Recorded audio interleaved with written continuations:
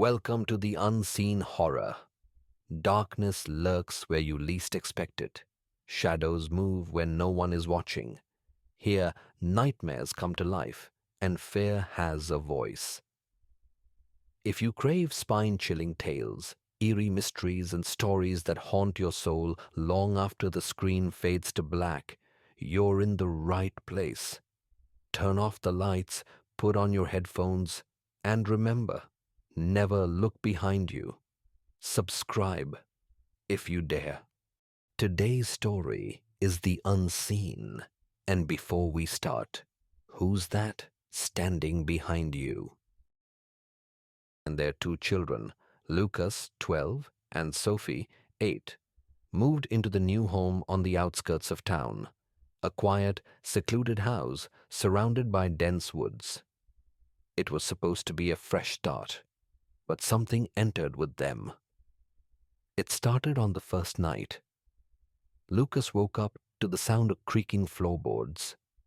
He thought it was his parents until he saw a shadow standing at the end of the hallway. It was tall, unnaturally thin, its limbs too long, its head tilted at an odd angle. It didn't move. It just watched. The next morning, Lucas told his parents, but they dismissed it as a dream. That night, Sophie whispered from her bed, "Mommy, there's someone in my room." David rushed in, but there was nothing. And then the noises began. Soft tapping on the walls, a whispering voice in the vents. The feeling of being watched, always. Then they found the letter. It was inside the mailbox, an old yellowed piece of paper with smeared ink.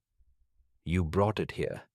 You can't make it leave, but you can survive. Ignore it. Do not look. Do not speak to it.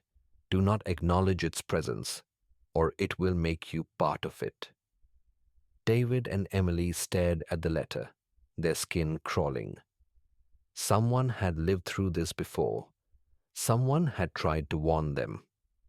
That night, it tested them. As the family sat for dinner, the lights flickered and the air turned freezing. Footsteps echoed down the hall. Something heavy, deliberate. The children whimpered, eyes darting toward the doorway. And then it stepped into the dining room. A tall, faceless figure, its skin stretched like decayed leather, stood right beside them. Its arms dangled, fingers twitching. Its breath was slow and ragged.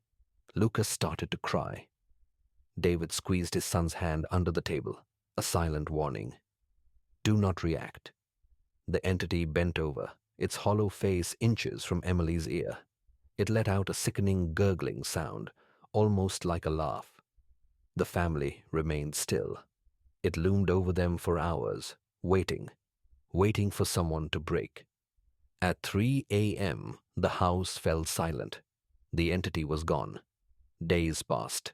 It always returned, sometimes standing by their beds, sometimes hovering over their shoulders as they ate. A constant unseen presence, waiting to be noticed. But the Harrisons obeyed the letter. They ignored it. They lived in silent terror. Until Sophie spoke. One night, as the family sat on the couch, pretending to watch TV, Sophie, her small body trembling, whispered, "Daddy, it's smiling at me." The moment the words left her lips, the lights exploded. The walls cracked with an ear-splitting shriek. And then, darkness. The next morning, the house was empty. The Harrisons were gone. The police found their dinner plates still set on the table. The TV was on, static hissing through the speakers. And in the middle of the living room, a single yellowed note lay on the floor. New words were scratched beneath the old warning. "They looked. They spoke. They are part of it now, and it is still hungry."